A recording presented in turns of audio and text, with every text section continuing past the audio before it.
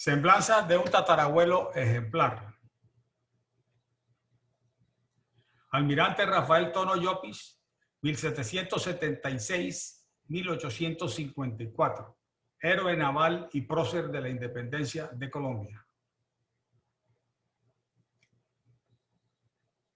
Para comprender todos los sucesos que encadenarán la secuencia del presente trabajo, es necesario que nos situemos en los siglos XVII y XVIII para mirar en contexto cómo las sucesivas guerras entre España, Francia e Inglaterra fueron el caldo de cultivo para las constantes incursiones de los corsarios, unas veces franceses, otras ingleses, contra sus territorios en las Indias y contra la flota del Tesoro, que cargada de riquezas alimentaba las finanzas de la metrópolis.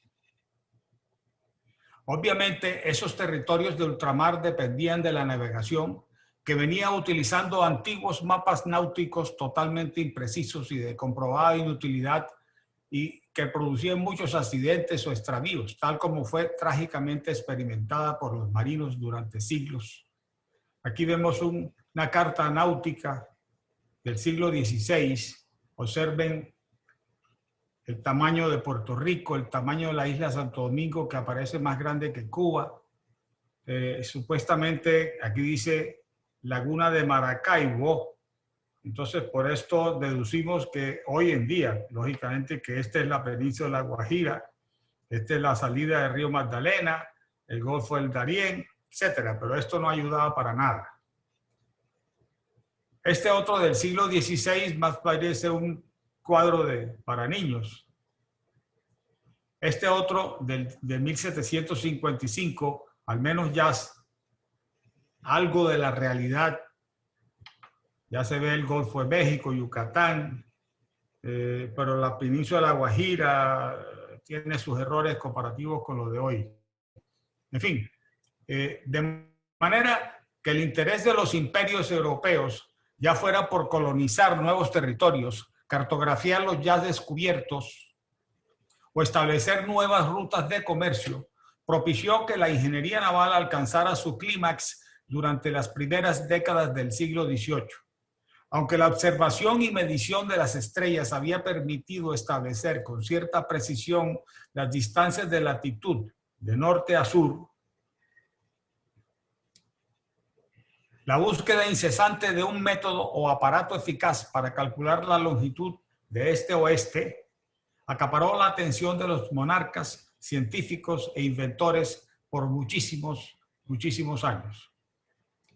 Finalmente, fueron el sextante de John Campbell y el cronómetro náutico de John Harrison, ambos ingleses, los que permitieron la medición exacta de la latitud y la longitud. Desde entonces se pudo determinar con plena exactitud la posición de un barco en el mar o de cualquier objeto en tierra. Fue el inicio de la modernización del arte de navegar y cartografiar. Aquí llegamos entonces a la expedición Fidalgo.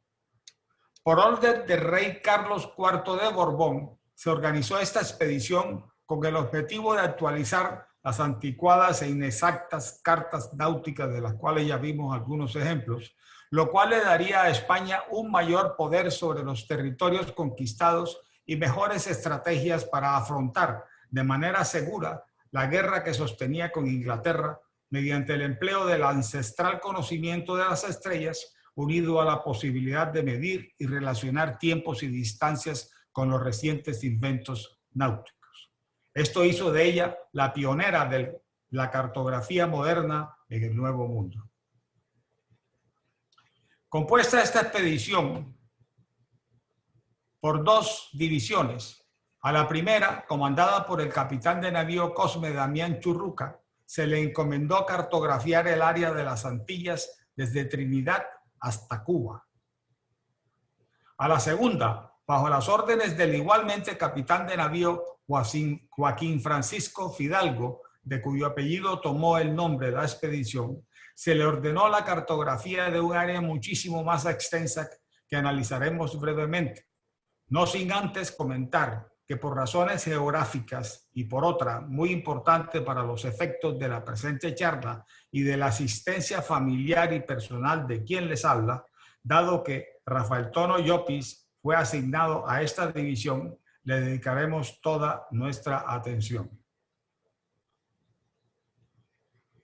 El bergantín fue el tipo de barco escogido para la expedición por ser ligero, de poco calado y muy maniobrable, todo lo cual lo hacía apto para navegar cerca de las costas y sortear sus traicioneros y abundantes arrecifes y bajíos. Esta es la imagen del bergantín, y esta es una imagen muy recurrente en esa época donde se veían pues los barcos encallados, reventados contra los arrecifes, etc. Se le asignaron los bergantines Empresa y Alerta a la segunda división.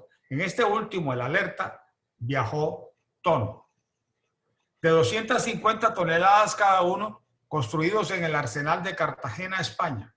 Todo su personal científico debía elaborar técnicamente las cartas hidrográficas de las costas continentales del Gran Caribe, empezando por la desembocadura del río Orinoco, siguiendo por las costas de Venezuela, las de la Nueva Granada, América Central y el Golfo de México, hasta terminar en la península de la Florida.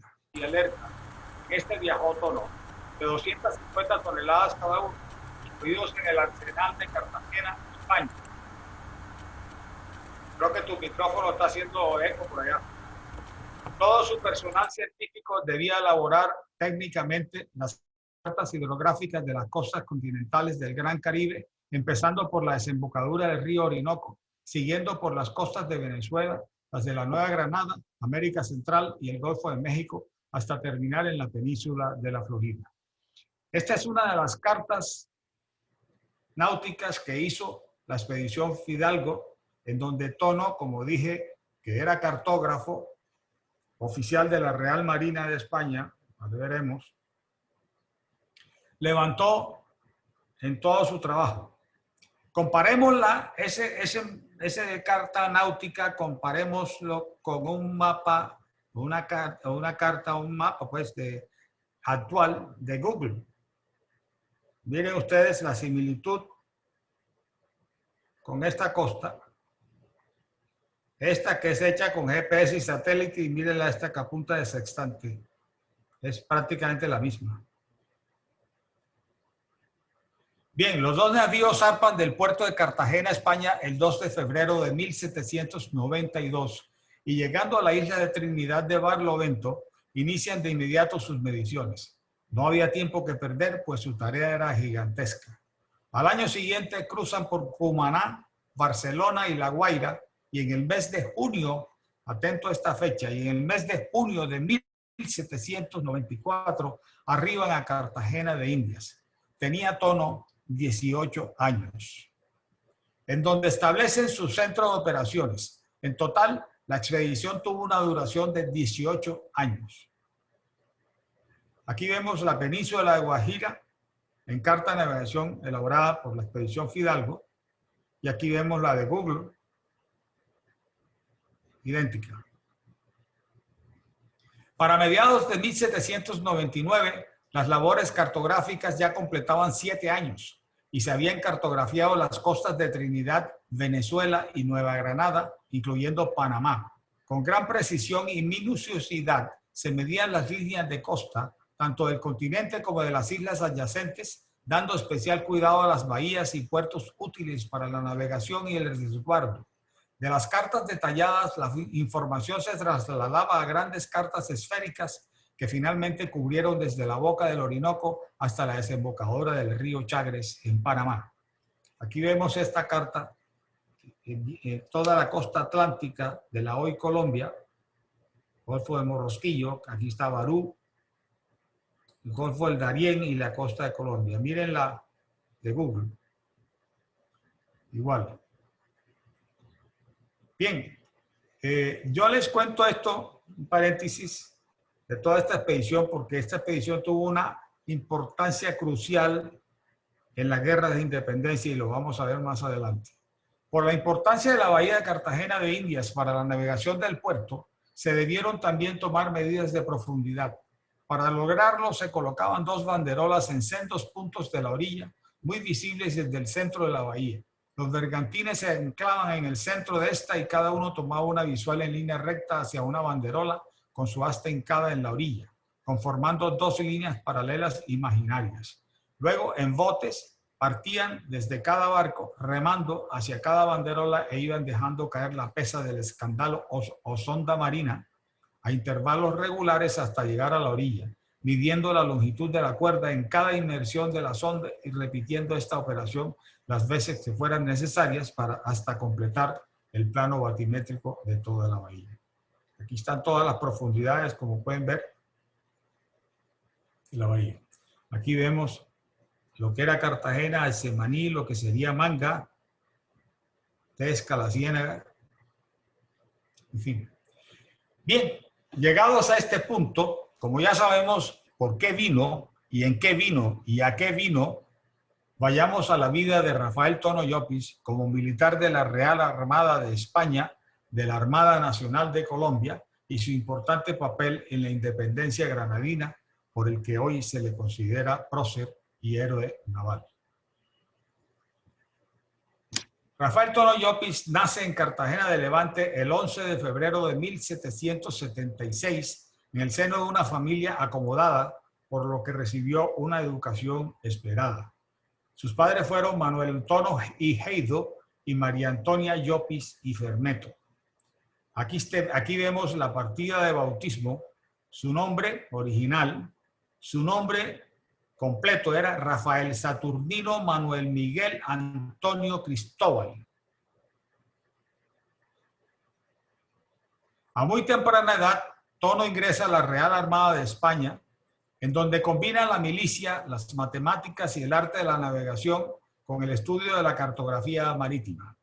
El 9 de diciembre de 1791, don Luis de Córdoba y Córdoba, Lazo de la Vega y Verástegui, caballero de la Cruz de la Real Distinguida Orden de Carlos III, en adhesión a los méritos y servicios del meritorio don Rafael Tono y respecto a haber sido examinado, según consta por certificación del jefe del cuerpo de pilotos de ella, y a concurrir en él las circunstancias que se requieren para su ascenso a pilotín de los de número, le he conferido este empleo con destino al departamento de Cartagena.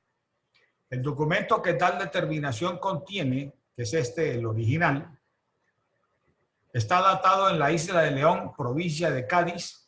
Por esta providencia es seleccionado con apenas 15 años para formar parte del equipo élite de oficiales, cartógrafos, geógrafos y marinos que zarparían hacia América en la expedición Fidalgo que ya hemos conocido. 9 años después, el mismo Joaquín Francisco Fidalgo le concede el ascenso a segundo pilotín. Y dice, en atención a los méritos, servicios, inteligencia, prácticas y demás prendas recomendables que concurren en el pilotín de número don Rafael Tono, de la dotación del bergantín alerta de la división a mi mando.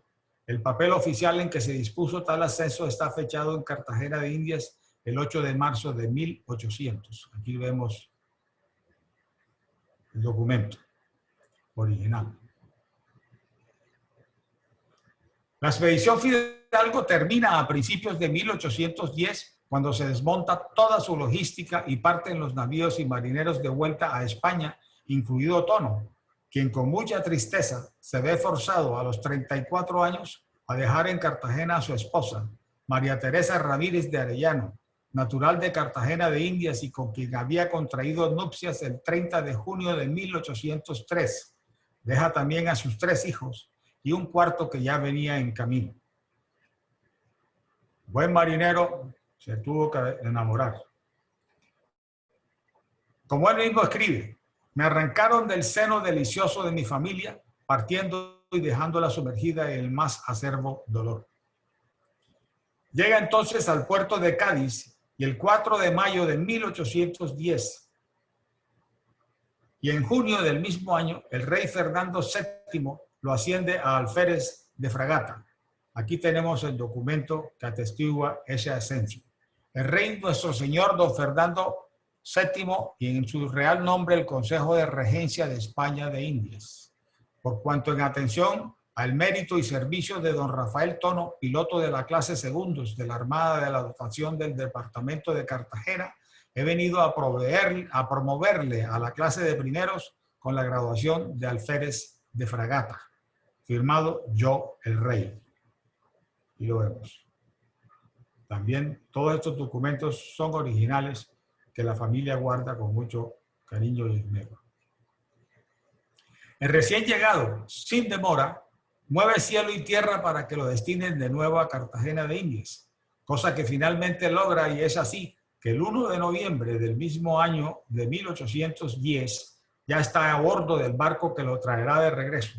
Años después, él mismo escribe: conseguí que se me embarcase de dotación en el bergantín goleta Palo Hincado, que se alistaba para conducir la correspondencia a esta plaza suspirada.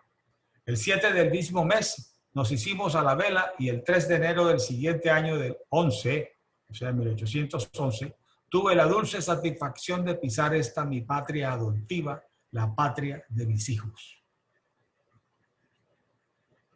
En su hoja de servicios enviada al ministro de Estado del Despacho de Marina de Colombia el 9 de noviembre de 1828, describe sus personales motivos por los cuales decidió abandonar España y volver a Cartagena de Indias. Abandonar España.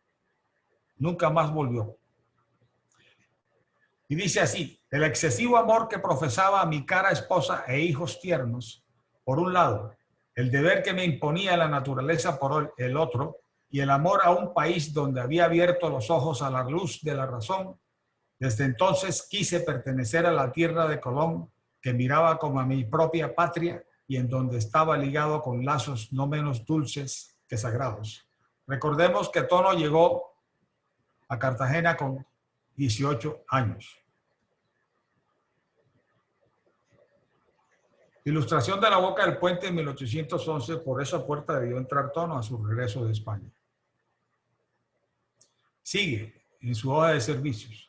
Por aquel tiempo habían ocurrido ya algunas alteraciones con respecto al gobierno. Se había depuesto al gobernador y se había nombrado y establecido una junta bajo cuyo nombre se gobernaba. Todo esto dejaba entrever las ideas de los americanos, pero mi corazón puramente liberal, junto con mi acendrado amor hacia mi esposa e hijos y hacia este país en donde había permanecido durante 16 años, me decidieron a quedarme en él. Apenas había dejado el bergantín Palo Hincado, donde se volvió de España, cuando se me colocó de oficial de órdenes de la Marina del Estado de Cartagena. Allí comenzaba sus servicios a Colombia. Y a los pocos días fui destinado al Magdalena como comandante de una división de fuerzas sutiles apostadas en Barranquilla. En esa posición batió la batería de Guaymaro y forzó el paso del río frente al Cerro de San Antonio, provincia de Santa Marta, ciudad que, recordemos, siempre fue realista. La Junta de Cartagena dispuso que los botes mercantiles del lado de Santa Marta, que salían al río por el Caño Senegado, junto al Guaymaro, bajasen a Barranquilla con el objeto de pagar un cierto derecho, el cual no aceptaron. Entonces se hizo necesario hacerla cumplir por la fuerza, haciendo resonar por primera vez el cañón libertador. Ya el hombre hablaba como libertador. Y así lo escribió. El 11 de noviembre de 1811, a las 11 de la mañana, se dio en Cartagena el grito de libertad e independencia. Aquí está el acta, la bandera. Tono, que a la sazón estaba de misión en el río, escribe: grito que procuré repetir por todos los puntos del Magdalena por donde transitaba con los buques a mi mando.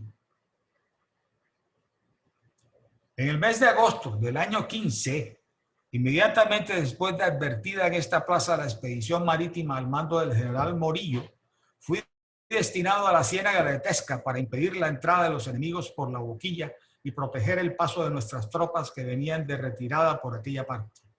Las fuerzas sutiles enemigas se componían de 12 barcas y una bombarda, y contaban además con todos los botes de las embarcaciones mayores de guerra y mercantiles, cuyo total no bajaba de 60.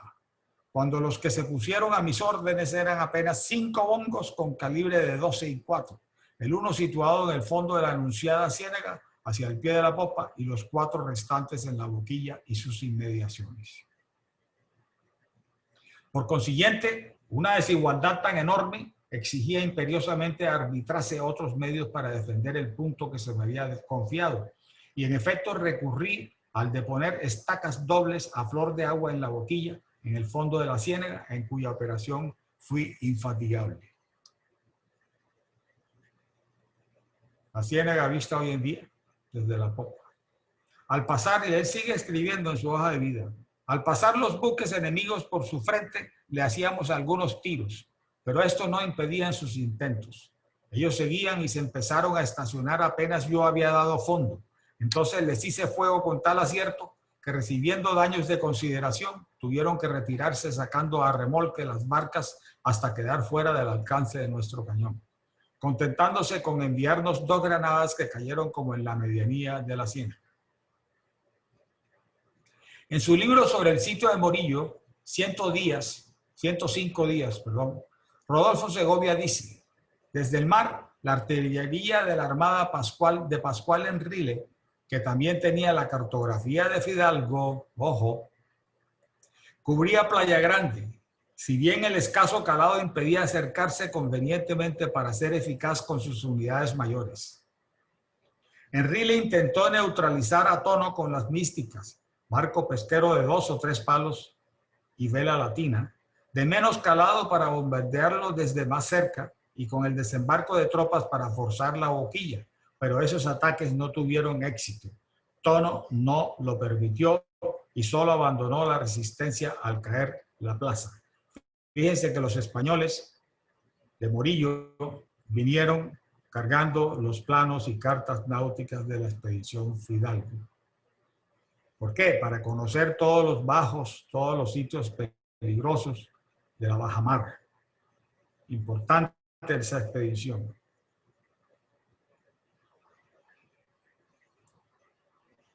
En estas circunstancias fui ascendido a capitán de fragata, nombrado mayor general y relevado de la Ciénaga de Tesca para ir a continuar mis servicios al lado del comandante de marina y de los generales.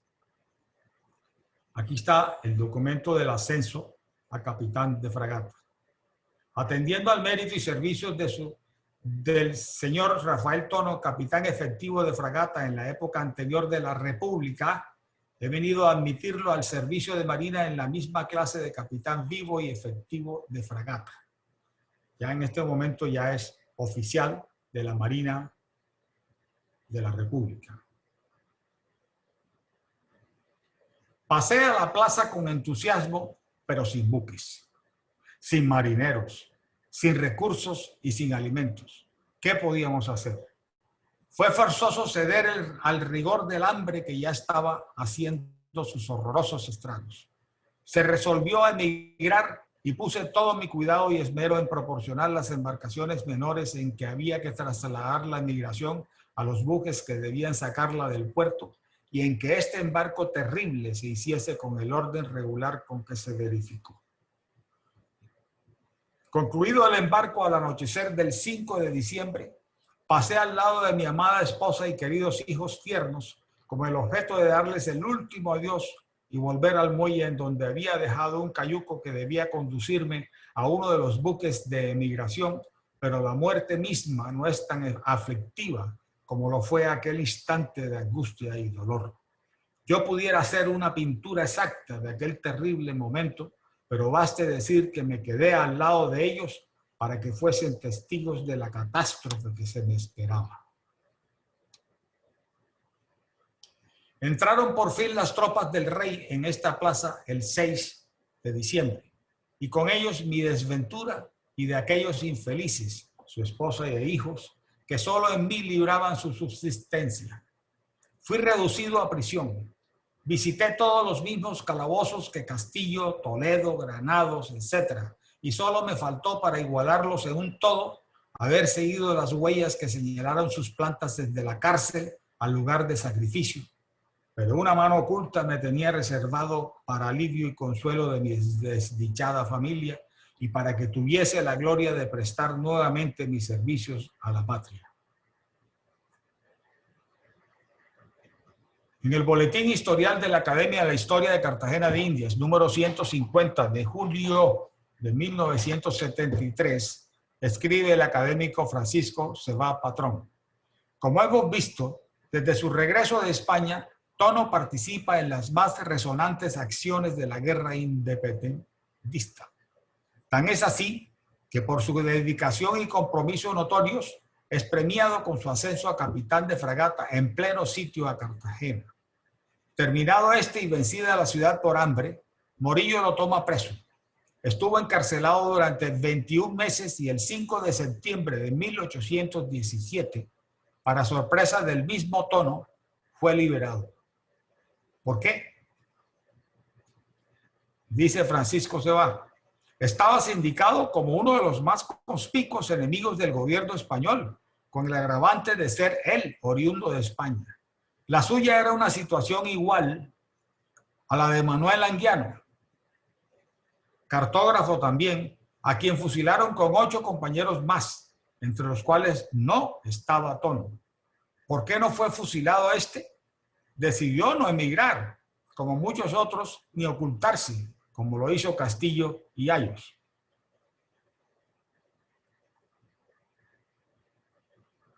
En el proceso, el capitán Antonio Garnier, después de hacer acusaciones contra Ribón, Portocarrero y Stuart, 3 de los mártires, pide reforzar su testimonio con los de Antonio José Caro e Ignacio Larruz. Caro acusa a Tono de traición al rey. Larruz confirma lo dicho por Caro. ¿Pero quién es Caro?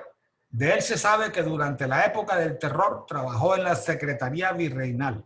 Morillo lo acusó de desleal. Como se ve, el jefe de la expedición pacificadora no le tenía mucha confianza a Caro, quizás con razón.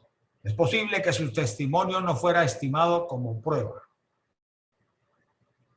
El mismo Tono no sabe cómo explicar el caso. En su carta a Santander le dice: no puedo atribuir mi existencia sino a un rasgo de un poder supremo inescrutable que lo dirige todo con sabiduría incomparable.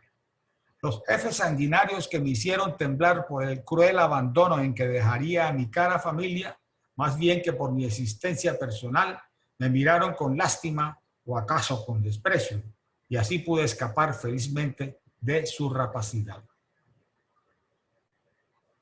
Continúa Cebá Patrón. Para hacer temblar a un hombre valeroso, quizá lo amenazaron con la muerte. Si fue así, ¿prometió Tono algo para librarse del cadalso? Si algo prometió, no cumplió. Pidió dramático perdón y por eso le tuvieron lástima o desprecio.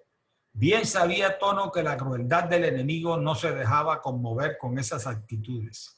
Lo cierto es que el auditor Vierna y Mazo sugiere a Montalvo, se trata de Francisco José Montalvo y Ambulodi, virrey de la Nueva Granada de 1816 a 1818. Que lo que se ha actuado sobre Tono puede pasar a la comandancia de Marina o hacerse lo que Montalvo determine. Montalvo resuelve que se continúen a la mayor brevedad las diligencias contra 9 de los acusados y que lo pertinente a Tono se le remita. ¿Por qué obró así Montalvo? No se ha podido saber. Aquí vemos a Francisco José Montalvo y Ambulodi, el virrey. Rastreando una posible amistad entre las familias Tono y Montalvo Ambulodi, encontramos que un José Antonio Ambulodi y Tacón era natural de Cartagena de Levante e ingresó en la Real Compañía de Guardiamarinas en 1771. Quizás sería hilar delgado si se piensa que Montalvo tenía conocimiento de estrechas relaciones amistosas entre los Ambulodi y los Tono en esa ciudad de España. En todo caso, termina Francisco Cebá Patrón, la patria colombiana debe a Montalvo la existencia de una ilustre familia cartagenera y el haber permitido a Tono conquistar el máximo laurel de su carrera militar en la victoria de Maracaibo. El siguiente podría ser el epitafio para una ciudad entera. No bastó el heroísmo de los habitantes de Cartagena. Consumidos todos los víveres y mientras centenares morían de hambre en las calles, los últimos defensores y civiles se embarcaron al exilio. Con admiración y no sin remordimientos, Simón Bolívar la proclamó ciudad heroica. Allí sucumbió la primera república, la que se conoce como la Patria Boba. Expugnada Cartagena, Morillo marchó a ocupar el resto de la Nueva Granada casi sin encontrar resistencia. Santa Fe de Bogotá, aterrorizada, lo recibió con arcos triunfales y muchas flores a su paso. Recuperada su libertad, Tono, como era de esperarse, encuentra a su familia en la miseria espantosa en que yacían. Trató de buscar ocupación pasiva que le diese medios para alimentarlos, pero fue en vano. Decide entonces viajar a Jamaica y allí encontró quien les prestara dinero en cantidades moderadas, víveres y género que les envié a su familia en la primera ocasión, y allí encontré también cómo hacer uso de mi primitiva profesión en buques mercantes. Es decir, se empleó como piloto y capitán de buque. De esta manera subsistió él en Jamaica y su familia en Cartagena hasta principios de 1822. Que habiendo logrado satisfacer mis acreencias, o sea, pagar sus deudas, sin cuyo requisito no me era posible dejar la isla, volé a reunirme con mi suspirada familia y a ofrecer mis servicios al gobierno de Colombia.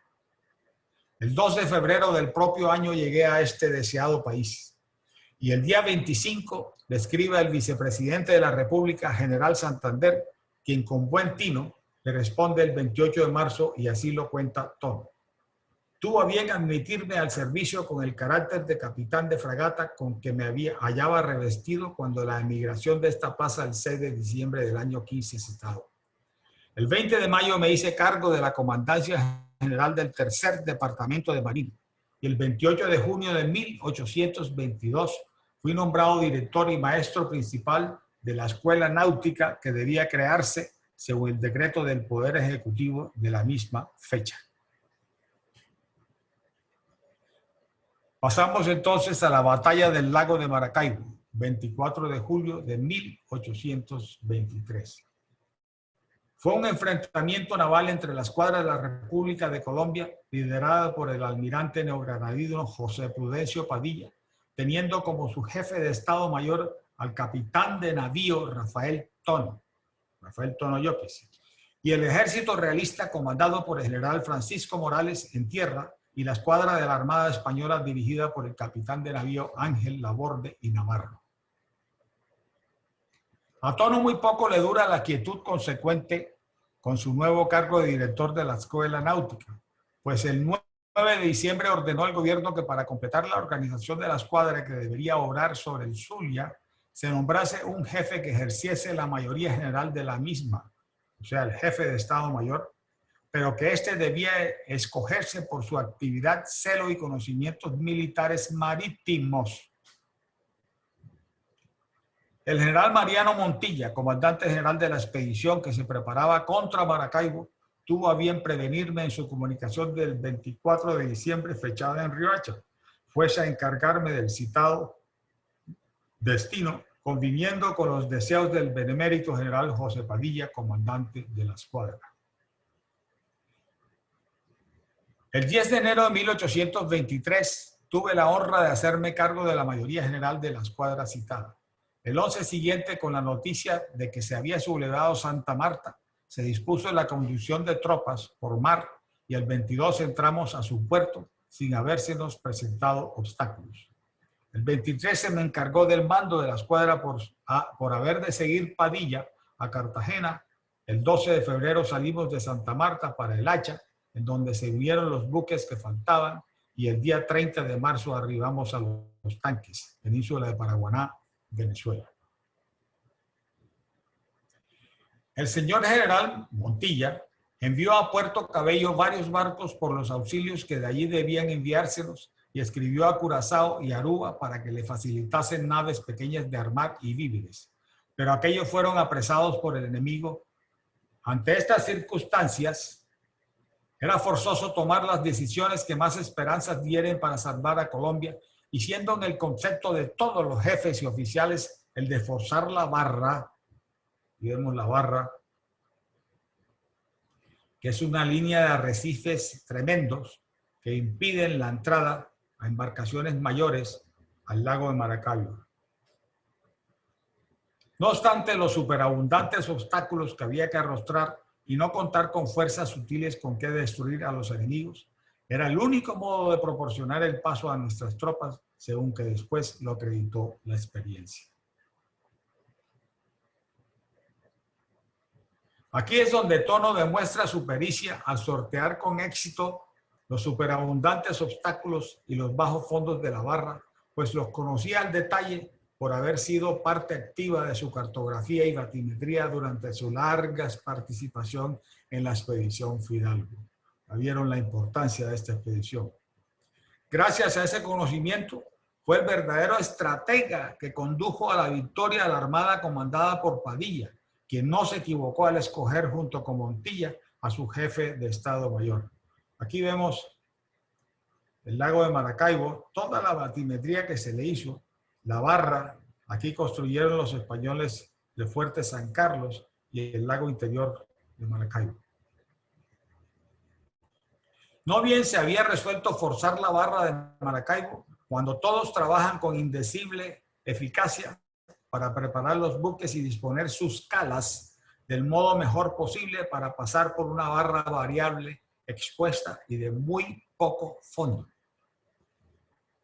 Lo que significó Tono en la batalla de Maracaibo lo manifiesta con reciente conocimiento de los hechos otro prócer de la época, el general Joaquín Posada Gutiérrez, quien dice y escribe: como mayor general de nuestra escuadra y marino científico, concurrió al célebre combate de la laguna de Maracaibo el 24 de julio de 1823, cuyo éxito en gran parte, por no decir de la mayor parte, se debió a sus disposiciones en la maniobra y en la entrada heroica por la barra que él dirigió bajo los fuegos del castillo de San Carlos. Continúa Tono su relato. A las 5:03 de la tarde del 7 de mayo fondeamos frente al castillo de San Carlos. A las 2:30 del 8 pusimos por obra nuestro intento. Vencimos en efecto los obstáculos del bajo fondo por el cual iban tocando las embarcaciones mayores, a pesar de haberlas preparado, y forzamos al fin el paso del castillo en medio de 328 tiros que descargaron sobre nosotros, sin más desgracia que la pérdida del bergantín Gran Bolívar y un oficial de la goleta espartana. Una vez en la parte de adentro del castillo, tratamos de emprender el paso del tablazo, que es un prolongado bajo fondo del cual habían quitado sus balizas los enemigos, y el que nos obligó a sacar todos los cañones de los bergantines Marte e Independiente, cuya maniobra no obstante estuvieron a punto de zozobrar en la bajamar. Sacaron los cañones para que los barcos tuvieran mayor flotabilidad, menor peso.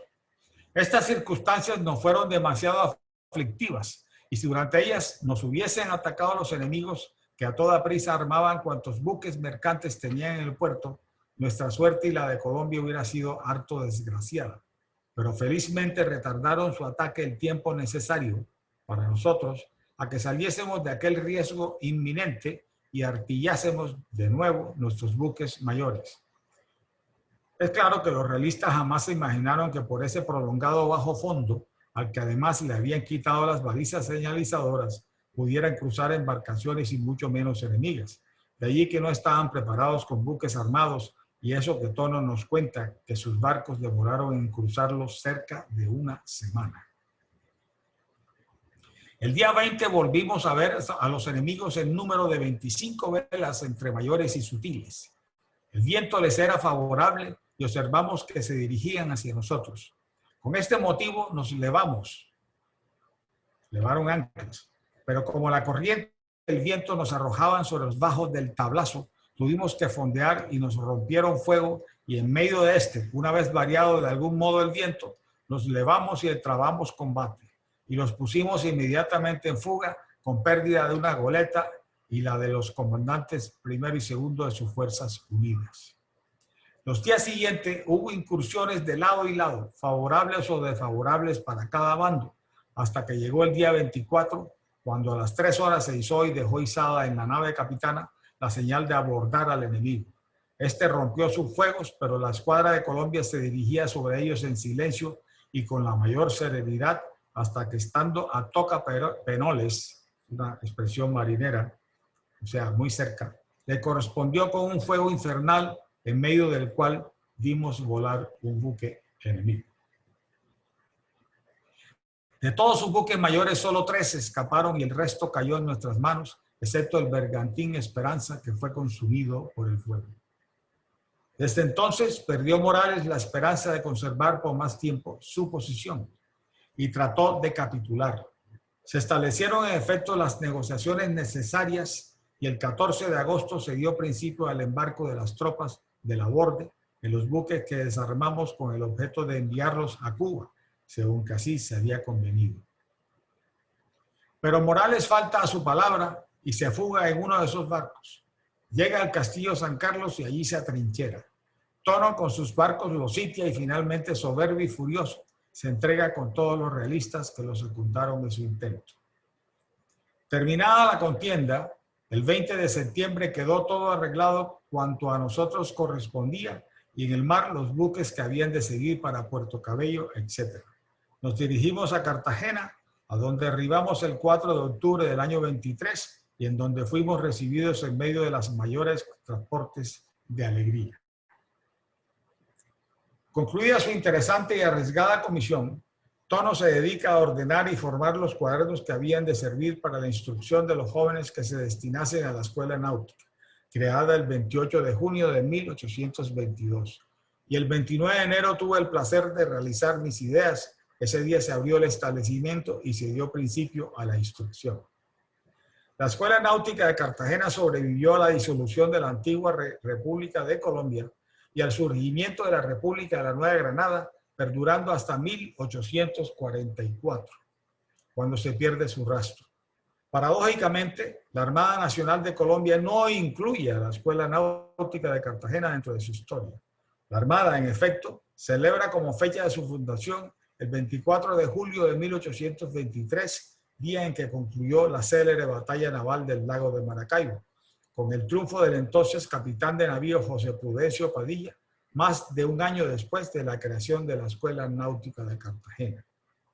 Para la Armada Nacional fue el presidente Rafael Reyes quien creó la Escuela Naval por el decreto 783 del 6 de julio de 1907, aunque fue clausurada por el general Ramón González Valencia el 28 de diciembre de 1909.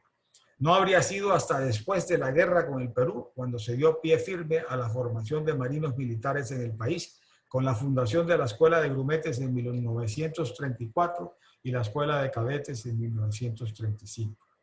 Como se vio, la historia es más compleja de lo que suele pensarse. Esto está extraído de la revista de Banco República Cultural. Después de esta batalla de Maracaibo y su excelente papel, Rafael Tono Llopis empieza a recibir condecoraciones, ascensos y todo. Aquí vemos un ascenso dado por Francisco de Paula Santander, a la sazón vicepresidente de Colombia. Atendiendo al mérito y servicio de capitán de fragata Rafael Tono y en virtud de las facultades extraordinarias que me concede la ley de 9 de octubre del año 1000, he venido a ascenderle a capitán efectivo de navío de la Armada Nacional, septiembre 6 de 1823. Aquí está el documento original. República de Colombia, Pedro Briceño Méndez de los Libertadores, en atención a que el benemérito señor capitán de navío Rafael Tono, mayor general de la escuadra de operaciones que obró en el lago de Maracaibo, le concede el diploma al valor de la Armada de Colombia, dado en el Palacio de Gobierno de Bogotá a 7 de enero de 1824. Aquí vemos el documento. Pedro Briceño Méndez, venezolano, secretario de Estado de Relaciones Exteriores, fue también secretario de Guerra y Marina y como tal participó en la batalla de Carabobo. En 1823 ascendió a general de brigada. República de Colombia, Carlos Sublet, de los Libertadores de Venezuela y Cundinamarca. Por decreto de esta fecha ha tenido a bien su excelencia el vicepresidente de la República encargado del Poder Ejecutivo conceder el goce de la Estrella de Libertadores de Venezuela al capitán de navío Rafael Tono por haberse hallado en la gloriosa campaña naval del lago de Maracaibo en el año 1823. Palacio de Gobierno en Bogotá, a 18 de marzo de 1826. Carlos Sublet, general del jefe del ejército venezolano. Emigró a la Nueva Granada con Bolívar y participó en las acciones militares que éste llevó a cabo en Santa Fe de Bogotá, 1814, en Magdalena y Cartagena, 1815, y en la batalla de Boyacá, en 1819. Secretario de Marina y Guerra de Colombia, en 1825, y presidente de Venezuela, en 1843, disuelta la Gran Colombia. Aquí está el documento. El Consejo de Gobierno del Perú ha dispuesto se conceda una de aquellas al benemérito capitán de navío de la Armada Nacional de Colombia, padre insigne de la patria Simón Bolívar. Esta prenda de valor inestimable a los ojos de la libertad y de la justicia, al paso que acredita la gratitud peruana, debe mirarse como el más honroso distintivo de los claros varones que, reuniendo sus esfuerzos a los del primer campeón de la independencia, han cooperado a romper nuestras cadenas y a establecer el imperio de la voluntad general. Firmado por el vicepresidente Hipólito Unanue del Perú. República de la Nueva Granada, Secretaría del Estado en el Despacho de Guerra y Marina. El Supremo Gobierno de la República, por decreto de esta fecha, ha tenido a bien declarar en uso de letras del cuartel al benemérito capitán de navío de la Armada Nacional, Rafael Tono, declararle el goce de la pensión. Ya lo estaban retirando. Dado en Bogotá el 13 de noviembre de 1835. Aquí está el documento. Bien. Viene entonces en 1841 el combate naval en la batalla de Cispatá, diciembre 15. La batalla de Cispatá fue un enfrentamiento militar librado durante la Guerra de los Supremos entre las fuerzas del gobierno de Pedro Alcántara Herrán y los rebeldes reales a Francisco Carmona. Una guerra civil. A mediados de 1841 quedaba por recuperar el norte del país. Carmona dominaba en Ciénaga y Santa Marta. Juan Antonio Gurrieres de Piñeres en Cartagena. Lorenzo Hernández en Ocaña. Francisco Martínez en Monpós. El 9 de junio los rebeldes lograban su última victoria cuando, dirigidos por Hernández, vencieron a todo un batallón gubernamental en Papayal y recuperaron Ocaña. Tras este éxito, el presidente Pedro Alcántara Herrán decidió seguir hacia la costa atlántica y el Ejército del Sur, con 2.418 soldados, hizo lo propio, pues la unidad se había disuelto en Popayán, quedando a cargo del presidente Herrán, secundado por el general Tomás Cipriano de Mosquera. El Supremo Carmona decidió poner sitio a Cartagena desde el 11 de julio con 3.000 combatientes, un bergantín y 2 corbetas. Los defensores en ese momento contaban con apenas 400 efectivos, la mayoría civiles, pero con 300 cañones útiles de diverso calibre, numerosas municiones, y los muros de las fortificaciones estaban en muy buen estado. El jefe de la plaza era el coronel Francisco Núñez, padre de Rafael Núñez. El 19 de octubre los defensores organizan una salida con 4 bombos y una columna por tierra para atacar Castillo Grande. 8 días después, los revolucionarios deben retirarse de la bahía y la navegación queda libre por ese sector. Finalmente, el 15 de diciembre se dio la batalla final. Eduardo Lemaitre, en su Historia General de Cartagena, señala la disposición de fuerzas y cómo fue el combate. Por los revolucionarios mandados por el teniente de navío José Antonio Padilla López, hermano de José Prudencio, formaron línea con el bergantín Marcelino, la goleta Sirena, el pailebot Tolima, la goleta Federación y la goleta Henrietta.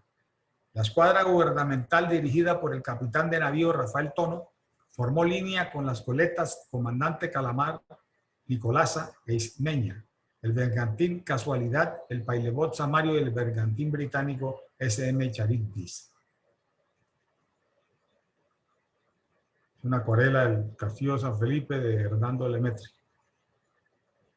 A las 15 horas, la flota de Tono se aproximó a la revolucionaria anclada en la rada de Cispatá, sin romper fuego hasta que estuvo a tiro de pistola del enemigo. La comandante Calamar rompió la línea rebelde por el centro, seguida de cerca por el Casualidad, disparando a los enemigos a ambos costados. La Nicolasa atacaba la cola de la formación de Padilla, mientras en la cabeza el Charibdis atacaba el Marcelino. La Ismeña y el Samario, anclados a conveniente distancia, disparaban contra el enemigo, que apenas pudo resistir media hora hasta izar la bandera blanca. Fueron capturados la Sirena, el Tolima, la Rieta y la Goleta Carolina. La Federación fue hundida y el Charibdis hizo presa al Marcelino. Los revolucionarios sufrieron 60 muertos, sin contar algunos ahogados, 23 heridos y 200 prisioneros, incluyendo a Padilla, que murió poco después por sus heridas. Las bajas de tono fueron 1 muerto y 4 heridos. El bloqueo naval llegaba a su fin. Siguen las condecoraciones. 1842, Pedro Alcántara Herrán, general en jefe del Ejército de la Costa, le concede el grado de general del Ejército, dado firmado en mi mano y refrendado por mi secretario en el cuartel general de Cartagena el 31 de marzo de 1842. Aquí dice claramente general del Ejército.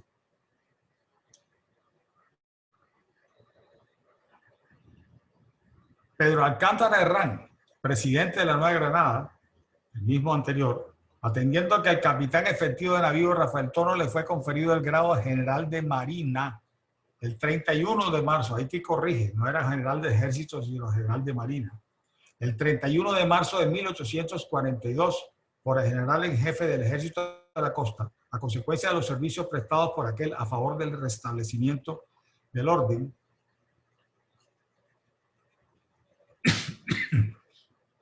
ya que no ha recibido su despacho en forma, he venido a expedirle el presente, declarándose en dicho grado la antigüedad de la fecha citada. Y estamos general de Marina, este es el documento. ¿Por fin descanso? No. Rafael Núñez, siendo gobernador de la provincia de Cartagena, disuelta la antigua República de Colombia e instituida la de la Nueva Granada, lo llama al servicio activo.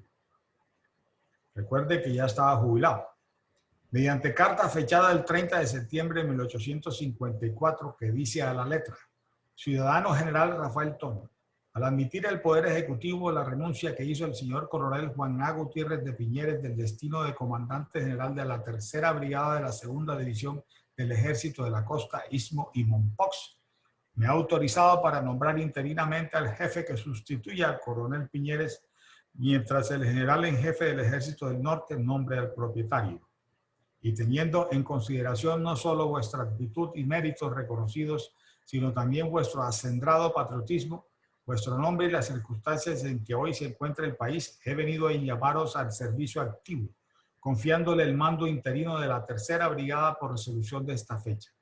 Estoy bien penetrado de todos los males físicos que agobian vuestra salud, pero sé igualmente todo el ardor que os anima a favor de la causa constitucional. Y no dudo que haréis un esfuerzo en corresponder al llamamiento que os hago en nombre de la patria. El infrascrito os aguarda en su despacho a fin de que prestéis el juramento correspondiente y que entréis desde luego al ejercicio de vuestras importantes funciones. Soy con la mayor consideración y aprecio vuestro atento servidor, Rafael Núñez. Aquí está la carta. En 1854, el mismo Rafael Núñez le agradece sus servicios. Al separaros de la Comandancia General de la Tercera Brigada de la Segunda División del Ejército de la Costa Norte, séame permitido deciros que os quedo profundamente reconocido por la notable cooperación que me había prestado en mi calidad de gobernador de esta provincia. Este reconocimiento es tanto más grande cuanto que estoy al corriente, ciudadano general, de los sacrificios personales que habéis hecho al cambiar la paz del hogar doméstico por la agitación y los azares que son consecuentes o consiguientes al ejercicio de funciones públicas en las presentes circunstancias. Con sentimientos de particular aprecio, me suscribo de vos y obediente servidor Rafael Núñez. Ojo a esta fecha, 30 de octubre de 1854. 2 meses después, el 31 de diciembre de 1854, fallece Tono en Cartagena a la edad de 78 años. El eminente ciudadano don Juan Antonio Calvo lamenta su óbito de la siguiente manera. Pocas horas hace que el benemérito general había recorrido parte de la ciudad y del vecino distrito del Pie de la Popa. Pocos instantes hace que se solazaba en el seno de su interesante familia, enalteciendo los heroicos hechos que habían dado por resultado la salvación de la República y bendiciendo a la providencia por los días serenos y bonancibles que le estaba dispensando en medio de los males físicos que por largo tiempo padeciera, cuando la muerte, oculta en su espeso y negro manto, levanta súbitamente su aguda y terrible espada y como el rayo hiere y corta de un solo golpe aquella vida que debió respetar para siempre. Miradle, ay, miradle en el lecho funerario, y allí veréis exánime y yerto a uno de los patriarcas de la independencia, al vencedor en el lago de Maracaibo y en Cispatá, al magistrado recto, probo y activo, al representante del pueblo, al ciudadano que, a pesar de su edad octogenaria, consagró a la patria en sus últimos días servicios importantes en calidad de comandante general de la Tercera Brigada de la Segunda División del Ejército Constitucional del Norte. Esto está tomado de las historias y leyendas de Cartagena, doctor Arcos Camilo S. Delgado, tomo 4. Luego de conocer la fructífera trayectoria del marino español, del científico, del esposo y padre amantísimo, del militar colombiano por adopción y convicción, del patriota defensor de Cartagena de Indias durante el sitio de Morillo, del estratega y vencedor naval en las batallas de Maracaibo y Cispatá, y en un todo, del insigne patriota que arriesgó su existencia por la independencia de Colombia, he querido, por medio de este repaso de su vida, ofrecerle un sentido homenaje y a la vez enviar un claro mensaje a las nuevas generaciones para que tengan siempre presente que existió un decidido y audaz navegante que contribuyó en gran medida a la emancipación de nuestra patria. Pasamos entonces a la descendencia. Rafael Tono Llopis se casa con María Teresa Ramírez de Arellano y Coronel, cartagenera, como ya lo vimos, y tiene los siguientes hijos. Ana Joaquina, que no tiene descendencia. Manuel Domingo, tampoco sin descendencia. Ambrosio, sin descendencia. Rafael Dionisio, sin descendencia. Dolores Romana, sin descendencia. Petrona Antonio, vale decir que los que están en negro murieron prematuramente. Y por último, Antonio Teodoro Tono, que casa con Josefa Maciá Macaya, el único con descendencia, fue abogado de la Universidad de Cartagena y su rector en 1881 al 82. De este matrimonio nacen Catalina Tono Maciá, quien se casa con Augusto Hanaber. Ese es el inicio de la familia Hanaber Tono. Teresa Tono Maciá con Antonio Cowan. Rafael Fermín Tono Maciá, sin descendencia. Josefina Tono Maciá, quien casa con Eduardo Gutiérrez de Piñeres Lemetre. Y vienen los Lemetre Tono. Antonio Raimundo Tono Maciá se casa con Catalina Stevenson Maciá. Matilde Tono Maciá, quien se casa con Ernesto Daniel Lemetre. Le doy un marco rojo, porque ahora vendrá la importancia para esta charla de esta señora. Augusto Tono Maciá se casa con Rosa de la Espriella. Y por último, Lucía Tono Maciá, que no tuvo descendencia y a quien yo conocí, siendo muy niño.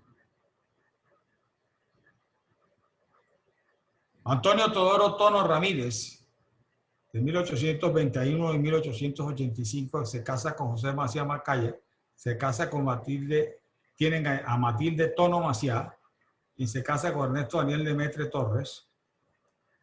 Y vemos la fotografía de Matilde. Y tienen a Daniel Lemetre Tono, entre otros hermanos, quien se casa con Clora Román del Castillo. Matilde Tono Maciá tuvo un hermano, Augusto Tono Maciá, quien se casa con Rosa de la Espriella Abadía. quien tiene de hijo a Antonio Tono de la Espriella, entre otros. Aquí está la fotografía de él. Se casa con Luz Caicedo Buenaventura, de Ibagué. Augusto Tono tiene a Alcides Tono de la Espriella, quien se casa con Conchita Lemaitre Román, mis padres. Antonio acá tiene a Estela Tono Caicedo, se casa con Hernando Márquez Arbeláez. Daniel Lemaitre se casa con Conchita Lemaitre Román, mi madre. Se casa con Alcides Tono, mi padre. Y de aquí vengo yo y mis hermanos.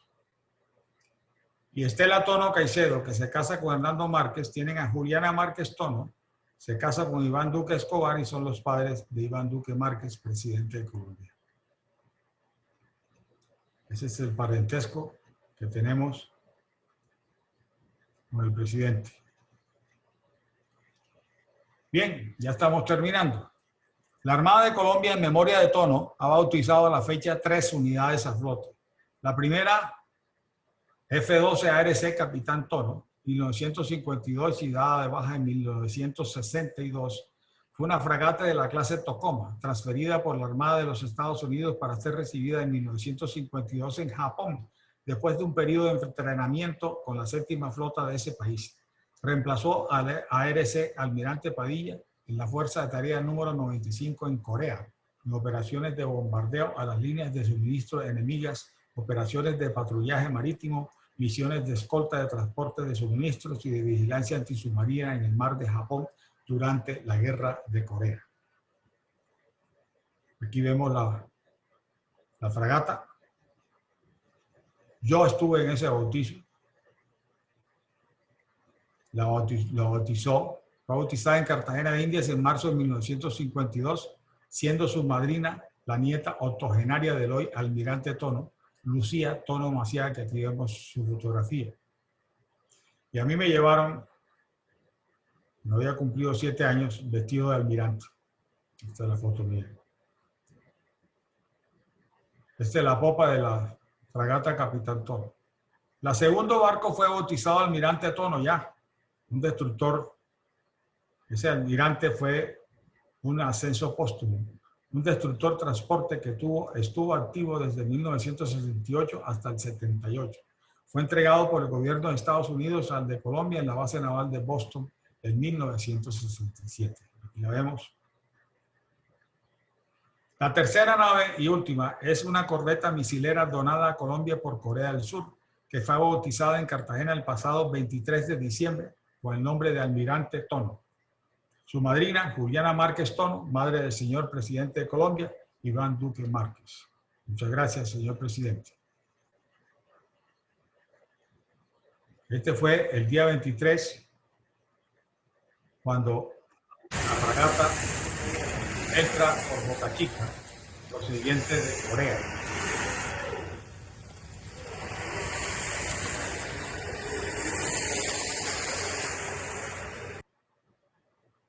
Otros homenajes. En Buenaventura hay un colegio militar técnico que se llama Almirante Tono. Y esto fue una sorpresa para mí. Una de las expediciones a la Antártica, con las fragatas hechas en Cotermar, le pusieron el nombre la cuarta expedición científica Almirante Tono. Bien, agradecimientos.